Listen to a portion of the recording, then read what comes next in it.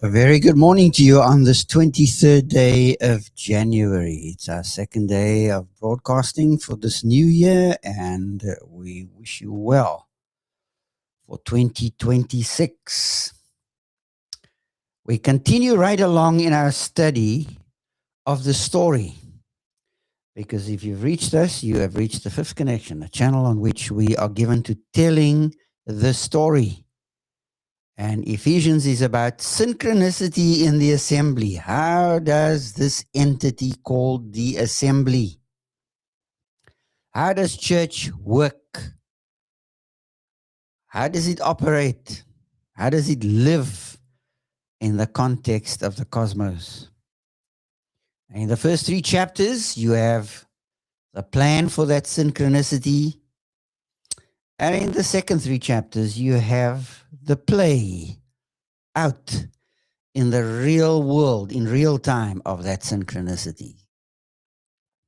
Play the plan. The play is in the plan enfolded.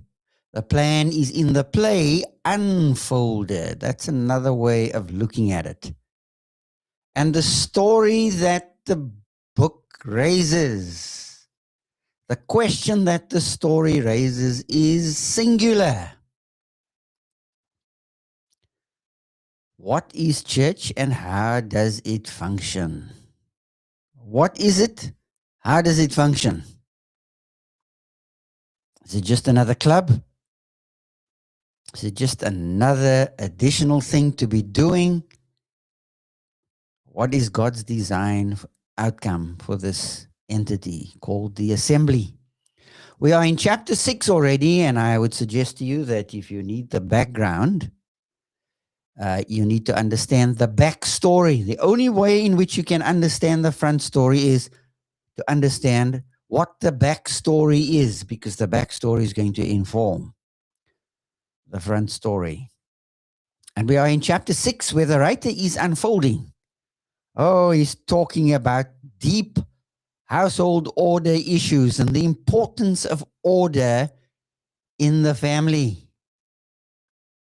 Wow, it seems if our families have broken from their moorings. A family has come unglued a long time ago. It is dysfunctional, it is disoriented, and most of all, it is fragmented. But God calls us into a reintegrated fragment of our fragmentedness in this family. To wholeness, not just to unity and oneness, but to wholeness, functioning as a unified whole. It's called unitary holism, for those of you who like big and bigger words. Well, you need to see the reframing here, because we started out yesterday showing that children need to observe their generative originators. Generative originators are parents. They gave you birth. Didn't ask for it. Did not wanted or wanted. It's something that was granted to you. And children are called to obey. Paul is addressing the issue of the field of relationality. He starts out in verse 22 of chapter 5 already and says that wise living, skillful navigation of life has to do with understanding wisdom's order. And to understand that relationships are ordered according to a universal pattern. It's the wisdom pattern. So each know their place. We grew up here in the Western Cape where our parents always say, ken jou plek. Ken jou plek. Know your place. And whenever they said so, you knew exactly what that meant. But today there seems to be everything is done from a wokist point of view. Wokeism is the order of the day. Extreme left of center living. And just being disoriented. I am my own person. I just follow me. It's the universal tea party. I, myself, and me. And after the writer has addressed the whole issue of being the right person and being the right partner in marriage, he talks about being the right parent, and he goes right into parent-child relationships. And he's addressing parents in relation to children, because you cannot avoid the field of relationality. You can run and hide, but you can never hide for long enough from relationships. They come and find you. Do you have issues with your family? Well, who doesn't? Who doesn't? The best of families have issues. They have their own demons they have to do battle with. And believe it or not, Paul is pulling together the threads of war, which he starts at in chapter 1, verse 1 already. You say, where do you see that? Well, when you get to the end of the book, verse 10 of chapter 6 to verse 24, it's war talk. It's battle talk. It's a wartime lifestyle. But he's preparing it for you. The story prepares you from 1 verse 1 all the way through to 6 verse 9. And then he says, now you need to understand that you are on battleground. This is spiritual war. Some of you may say, well, in my family, what's different? What's new? We are constantly in warfare. There is a sense in that is very true even in the calmest and most passive families. There is a battle raging, not just in our souls, but out in the heavenlies and in our world. And that's why verse 2 goes on to say, children, honor. Once you understand obedience to parents, honor, value your father and mother. This is the first commandment with a promise. Now, most when they read that, they choke. They would say, well, you don't know my dad. To which I say, you don't know my dad. To which everyone says, oh, you don't know my dad. All the scriptures is highlighting here is not the exceptions, but the rule. Value your father and mother. Oh, but they are critters. My dad's a lecher. My mom is no good. My siblings are all triers. And you may have a real beef with this. But all the text is highlighting in this section of the story is honor your father and mother. This is the first commandment with a promise. In other words, value your generative origins. You cannot change it. You had no part in making it happen. It's something that you need to learn to navigate and learn to live with. And some of you may say, yeah, right. I'm stuck with it. In a sense, you are. But now get over yourself, please.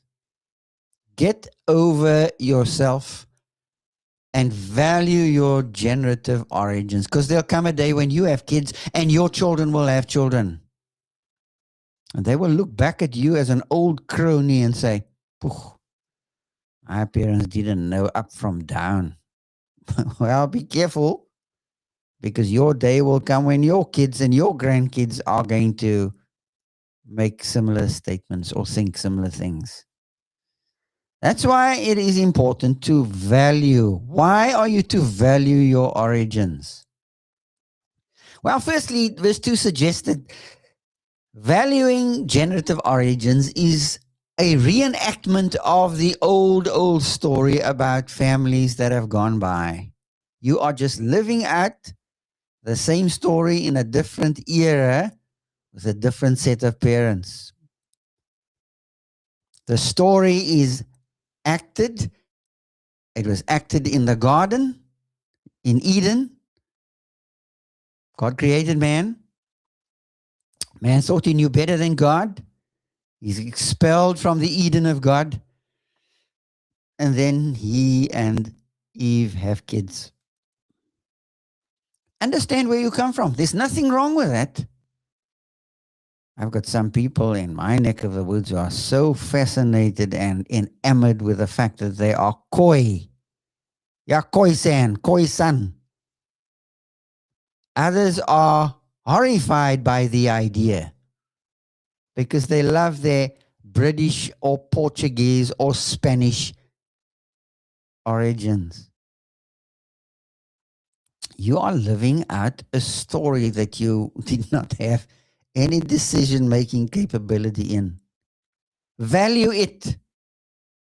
It's the reenactment of the old story of life and living, that people get married and they have kids and they die. And their kids grow up, get married, and they have children and they die. Valuing your parents is the first commandment that carries with it a promise. A promise that is binding. And what's that promise? Well, verse 3 tells you, you don't have to guess. That it may go well with you and that you may live long in the land. That it may go well with you. If that's the only thing that you can learn to appreciate about valuing your parents, understand that it has a payout. That it may go well with you. Now, we in this episode do not have the time to go into all the vicissitudes of when things go wrong and God calls a child to obey him in contradistinction to the aspiration of a parent.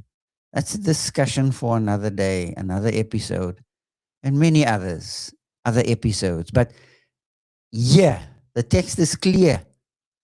If you want it to go well with you, make peace with your past. Make peace with your parents.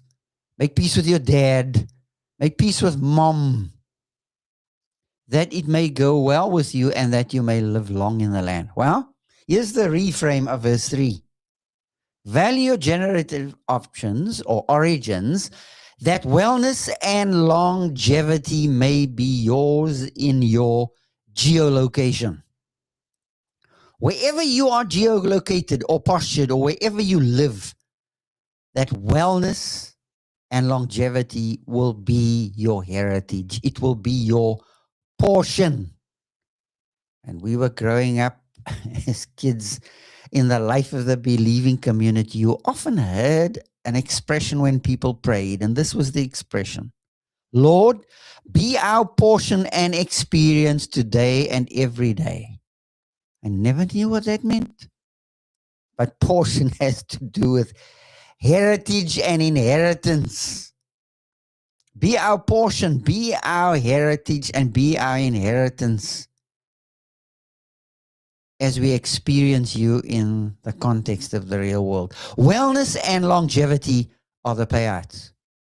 In your geolocation, you aren't promised a land. Believers in Christ, the followers of the way, aren't promised a land. They are to be living out their usefulness where they are geolocated, number one. And number two, they are headed for a heavenly city, which is future. But in the meantime, live it up. Value your generative origins, that wellness and longevity may be yours. Do you need to get your parents and set things straight? Well, get with it, brother, sister. Get with it. Stop running away from it. Because for as long as you live, it's going to come and visit you again in your twilight years when you have no energy and no mind and no sharpness to process it. Deal with it now. That's the challenge of the hour. As you go into this day, may you enjoy the Lord as you walk with him. So goodbye for now.